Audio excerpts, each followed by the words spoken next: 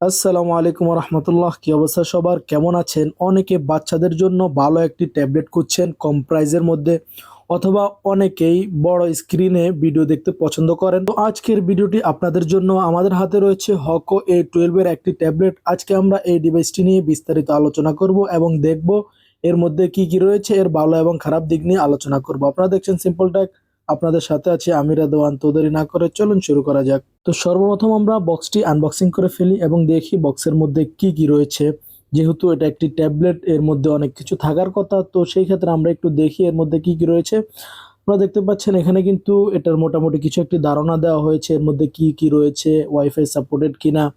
তো আমাদের হাতে সুন্দর ট্যাবলেটটি রয়েছে, আমরা এখন এটাকে প্লাস্টিক থেকে বের করব।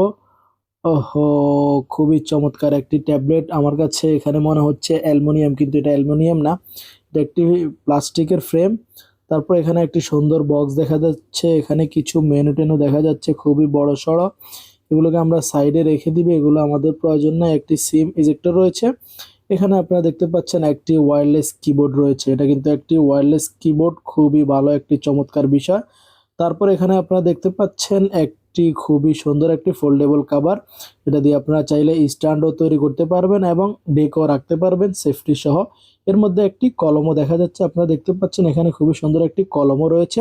তো এই কভারটা এখন আমরা একটি ট্যাবলেটটিতে লাগিয়ে দেখব আসলে দেখতে কেমন। আপনারা দেখতে পাচ্ছেন খুবই চমৎকার দেখা যাচ্ছে, হ্যাঁ খুবই কমফোর্টেবল এবং খুব শক্তপোক্ত আমার কাছে মনে হচ্ছে।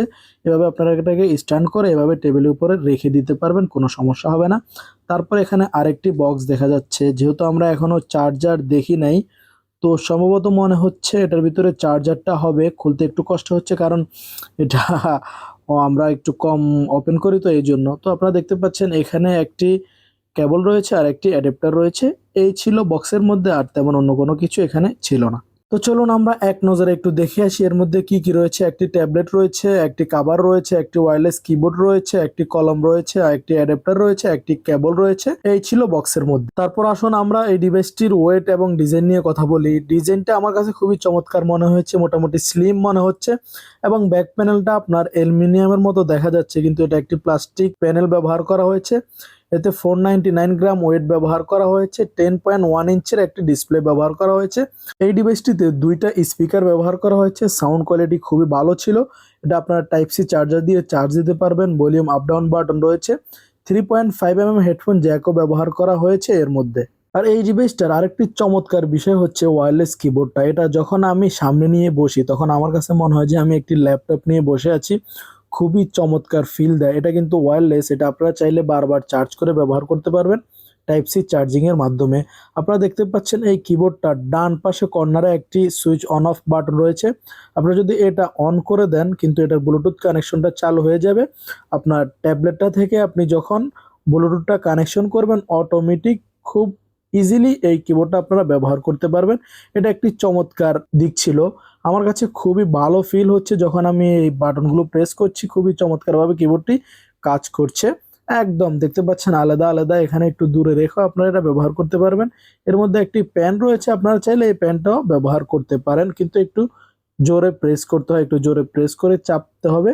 তো আপনারা চাইলে পেন দিয়েও এটা ব্যবহার করতে পারবেন, কিবোর্ড দিয়েও ব্যবহার করতে পারবেন, যার যেভাবে ভালো লাগে। তারপর আমরা যদি এই ডিভাইসটার ডিসপ্লে কোয়ালিটি নিয়ে কথা বলি, আপনারা দেখতে পাচ্ছেন কি চমৎকার দেখা যাচ্ছে এই ডিসপ্লেটি। এখানে আপনার 10.1 ইঞ্চের একটি ডিসপ্লে ব্যবহার করা হয়েছে, আইপিএস টাচ স্ক্রিনের একটি ডিসপ্লে। রেজলিউশন হিসাবে এর মধ্যে রয়েছে আপনার 1280 বাই 800 পিক্সেলের রেজলিউশন। তো ডিসপ্লে কোয়ালিটি আমার কাছে খুবই চমৎকার মনে হয়েছে, মোটামুটি বড় সড়ো আছে। আপনারা চাইলে এর মধ্যে খুব ভালো ভিডিও দেখতে পারবেন এবং গেমস, যদি বাচ্চারা গেমস খেলে গেমসও খেলতে পারবেন, কোনো সমস্যা হবে না। তো ভিডিও কোয়ালিটি এবং ডিসপ্লে সাইজটা আমার কাছে খুবই ভালো মনে হয়েছে। তারপর আমরা যদি এই ডিভাইসটার ক্যামেরা নিয়ে কথা বলি, এই ডিভাইসটার মেন ক্যামেরায় আপনার 5 মেগাপিক্সেলের ক্যামেরা ব্যবহার করা হয়েছে। ফ্রন্ট ক্যামেরায় আপনার 2 মেগাপিক্সেলের ক্যামেরা ব্যবহার করা হয়েছে। যদিও ক্যামেরা এটা দিয়ে তেমন একটি ব্যবহার হবে না, মূলত ভিডিও অথবা গেমস খেলার জন্যই ট্যাবলেটগুলো বেশিরভাগ মানুষ কিনে থাকে। স্টোরেজ হিসেবে এই ডিভাইসটিতে রয়েছে 6 GB র্যাম, 128 মেমোরি। আপনারা চাইলে এতে এসডি কার্ড ব্যবহার করতে পারবেন। দুইটা 4G সিম কার্ড ব্যবহার করা যাবে। আপনারা চাইলে ওয়াইফাই 5G এই ডিভাইসটিতে ব্যবহার করতে পারবেন, এই ডিভাইসটিতে 5000 এমএএচের ব্যাটারি ব্যবহার করা হয়েছে, যার মাধ্যমে 4 থেকে 6 ঘন্টা আরামসে ব্যবহার করা যাবে, কোনো সমস্যা হবে না। কাতারের মার্কেটে এই ডিভাইসটি 350 রিয়ালের মধ্যে পাওয়া যাচ্ছে। আপনি যেখান থেকে দেখছেন সেখানে রিয়ালের সাথে কনভার্ট করে নিতে পারেন। বাংলাদেশের মার্কেটে এই ডিভাইসটি পাওয়া যাবে কিনা এটা নিয়ে আমার কাছে কোনো সঠিক তথ্য নেই। আশা করি আপনাদের কাছে ভিডিওটি ভালো লেগেছে। যদি ভিডিওটি ভালো লাগে অবশ্যই আমার চ্যানেলটিকে সাবস্ক্রাইব করে দিবেন। আসসালামু আলাইকুম ওয়া রাহমাতুল্লাহি ওয়া বারাকাতুহু।